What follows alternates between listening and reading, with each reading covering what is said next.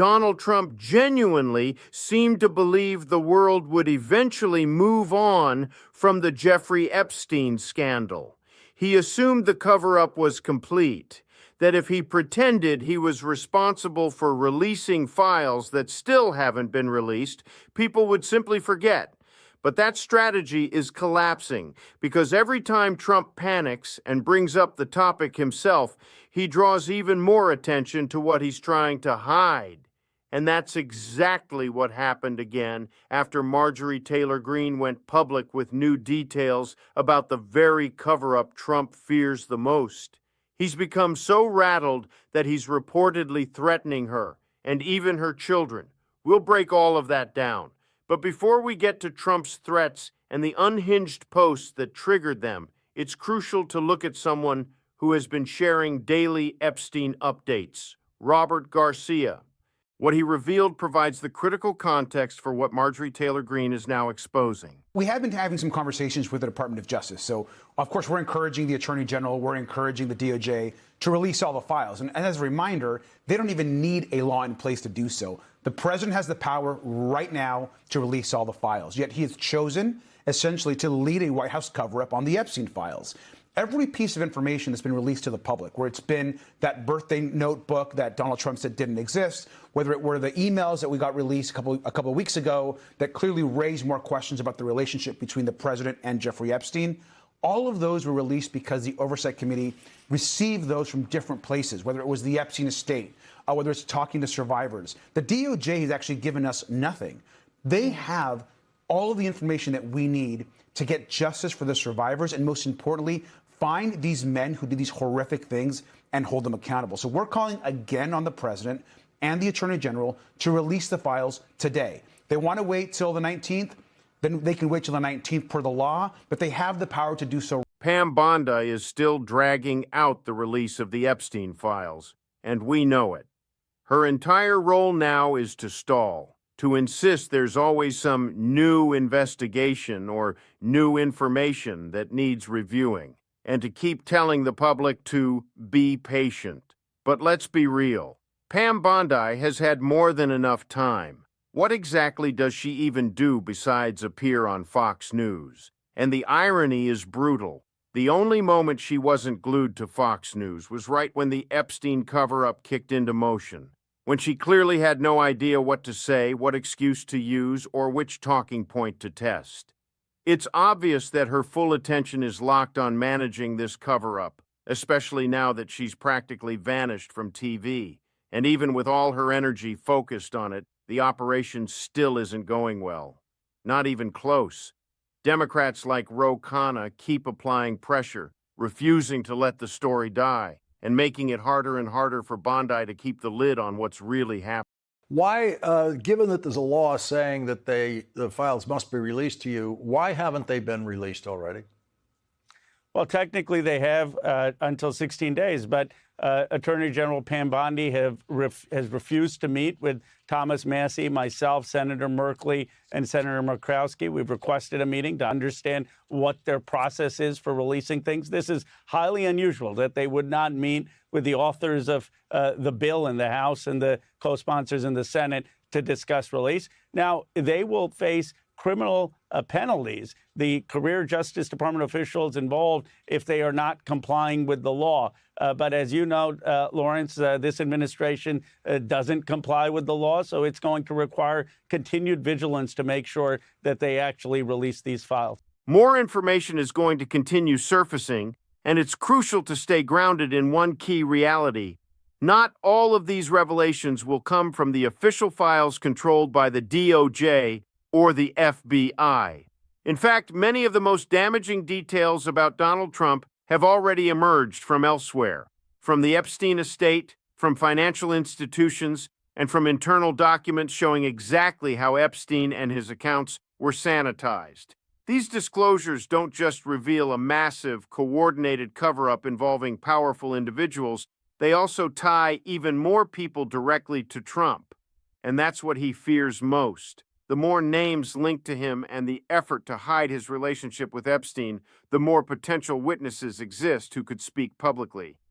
Trump is terrified of that possibility.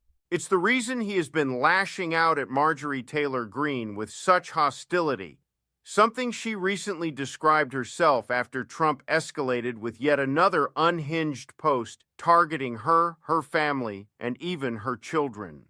Marjorie Taylor Greene claims Trump directly fueled death threats against her family by branding her a traitor. Marjorie Taylor Greene claimed President Trump directly fueled death threats against her family and specifically one of her two sons after he branded the lawmaker a traitor. Greene made the bold accusation during an interview on 60 Minutes on Sunday night. Correspondent Leslie Stahl noted Trump and Marjorie Taylor Greene were closely tied until recently when their relationship soured after Greene criticized his handling of files tied to dead criminal sex trafficker Jeffrey Epstein. Trump, the only reason Marjorie Trader Brown Greene turns to Brown under stress went bad is that she was jilted by the President of the United States.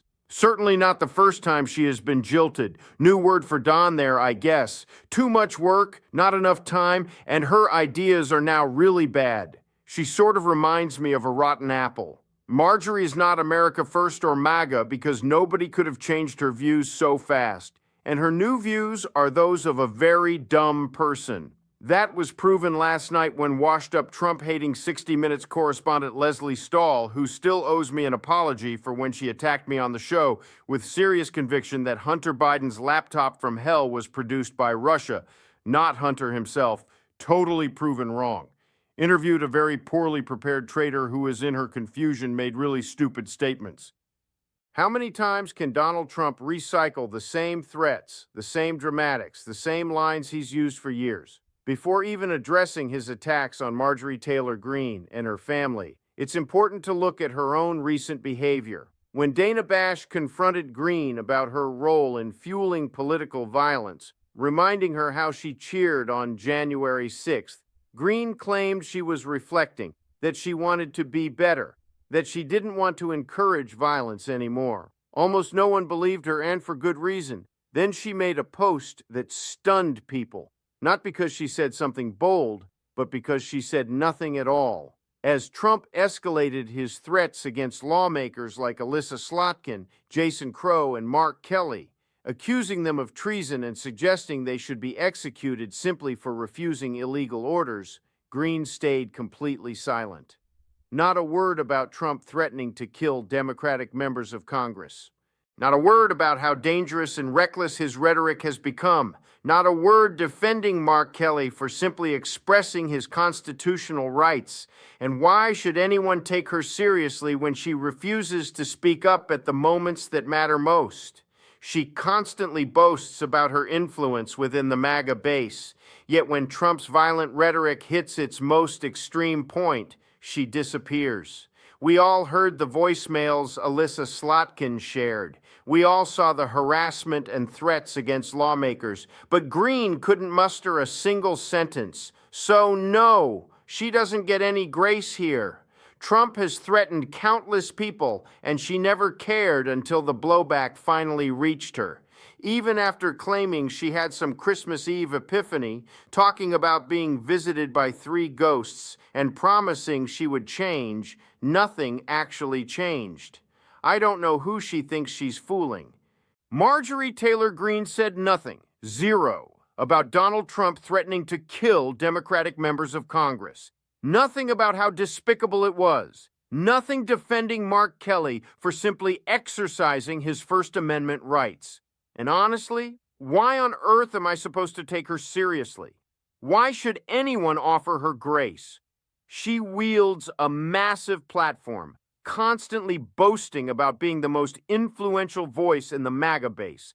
Yet when Trump unleashed a torrent of death threats, calls, messages, people stalking offices, she stayed completely silent. She said absolutely nothing. So no, I don't feel sympathy now that the threats have landed on her doorstep. Trump threatens everyone. She helped fuel that culture until it finally hit her. And then she tries to sell this "I've changed" story, like some Christmas Eve visited by ghost transformation straight out of a Muppet skit.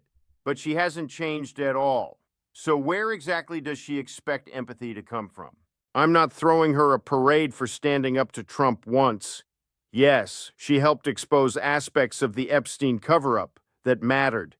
But even that reads like a calculated play, a chance for interviews, sympathy, and a new image as a supposedly rational actor. I'm not buying it. These people are childish, and Jen Psaki summed it up perfectly. What would have happened if Joe Biden or Barack Obama, or frankly any president before them or in between them, stood before a national audience and suggested we change the name of American football to appease a European-based soccer league? When you look at what has happened to football in the United States, again, soccer in the United States, we seem to never call it that because we have a little bit of a conflict with another thing that's called football. But when you think about it, shouldn't it really be called? I mean, this is football. There's no question about it. We have to come up with another name for this. Yeah. It really doesn't make sense when you think about it. This is really football. That is, again, the leader of the Republican Party, a party that once tried to change the name of French fries to freedom fries, remember that? Just to spite the nation of France in that case, suggesting that American football give up its name to accommodate soccer. Now, the backstory of this whole episode also is even crazier, because the reason Trump was on that stage ranting about changing the name of the most popular sport in America was so he could accept a made-up peace prize from the notoriously corrupt soccer organization FIFA. Actually, I take that back, because FIFA actually gave the president 2 made-up awards today. One big trophy, you can see it on their screen right there, and what looked like a big gold coin taped to a lanyard cable, I guess, the thing what's around his neck there.